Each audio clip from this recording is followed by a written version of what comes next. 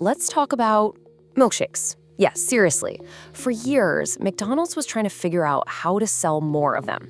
So they asked customers, what would make our milkshakes better? They tried everything, making them chocolatier, cheaper, thicker, but nothing worked. Sales were just flat. See, they were focused on improving the feature, the milkshake itself, but they completely missed the job. It wasn't until they started asking why people were buying them that they had this huge breakthrough. Turns out nearly half of all milkshakes were sold before 8:30 in the morning. And who was buying them? Commuters. They needed something to make a long, boring drive more interesting. The milkshake was literally being hired for a job. So today, we're going to dive into the framework that led to that huge insight and how it can stop you from building features that nobody actually wants. And that story, right there, perfectly illustrates the trap McDonald's was in.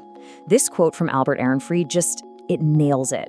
Think about it. So often, product development is driven by internal hunches, right? Or maybe some cool new tech someone's dying to try out, or just whoever shouts the loudest in a meeting. And that's exactly how you end up with a chocolatier milkshake that doesn't sell any better. You've built a perfect solution to a problem that doesn't actually exist for your customer. So let's just call this what it is. It's the feature-driven trap. And honestly, it's the default setting for way too many product teams.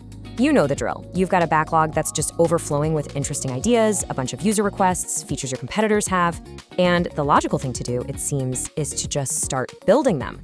But the whole approach is fundamentally flawed. Why? Because it starts from the wrong place. It starts with your product, not with your customer's life.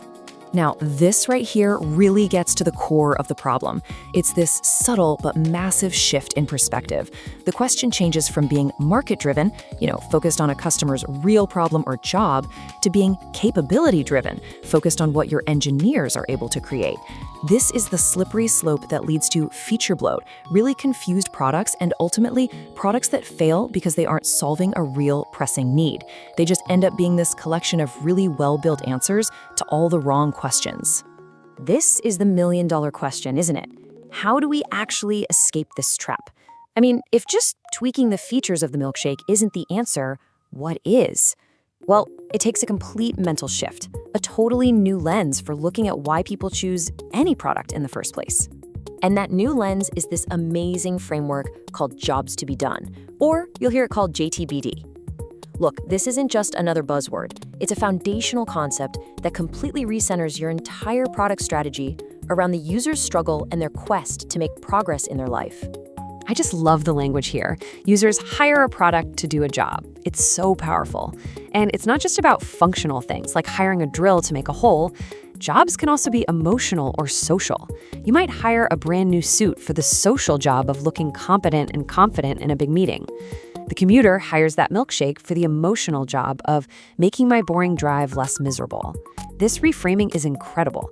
It forces you to look right past the product itself and focus on the user's desired outcome in all its different dimensions. And this quote from the team at Intercom gets right to the heart of it. Traditional marketing is obsessed with demographics, who the customer is. But jobs to be done, it focuses on the situation and the motivation. Why is the customer here, right now? A 65-year-old retiree and a 25-year-old startup founder could both hire the very same financial planning app for the exact same functional job. Help me feel secure about my future. Their demographics? Totally irrelevant to that core motivation. And this is the real beauty of the jobs to be done framework. Think about it. The need to feel connected, the need to organize our lives, the need to learn a new skill, these are timeless human jobs. The products we've hired to do those jobs have evolved from letters to telegraphs to phones to social media, but the core job hasn't changed at all. If you can understand that job in all its functional, social, and emotional complexity, you can innovate forever. Okay, so this isn't just some abstract theory. Let's look at how Intercom, a company that really lives and breathes this philosophy, puts it into practice. They didn't just adopt some new vocabulary, they fundamentally restructured their entire product around the jobs their customers were hiring it to do. This comparison chart really makes the shift in thinking so clear. Instead of asking, who is our customer, JTBD asks, why are they here? Instead of a long feature list, you have a clear job to be done. And this one is huge. Your view of competition just explodes.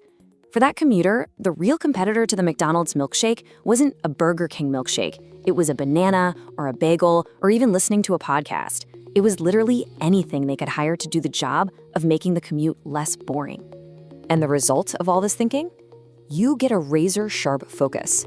Your product strategy suddenly becomes so much clearer. It's no longer about agonizing over which of 100 possible features to build. It's about asking one simple question. Which of these ideas will help our customer make the progress they are trying to make better than any other alternative out there? Okay, now let's look at the flip side. What happens when teams ignore the job and fall right back into that feature-driven trap? It's a very well-traveled road that leads directly to a confused, bloated product that, let's be honest, nobody truly loves. Here's your quick guide on exactly how not to build a product. Step 1. Confuse a feature request from a really loud customer with a real job. Then, build exactly what they ask for, without ever digging into the underlying why. Step 2. Start adding features for workflows you don't even understand yourself. Like, imagine a team that has never done sales trying to build a complex CRM feature. And third, scoop those features so badly that they end up being this half-baked solution that doesn't really satisfy anyone. That is the fast track to a product that's a mile wide and an inch deep. Okay, so you're convinced you want to avoid that road to confusion and start thinking in terms of jobs. But how do you actually figure out what the job is?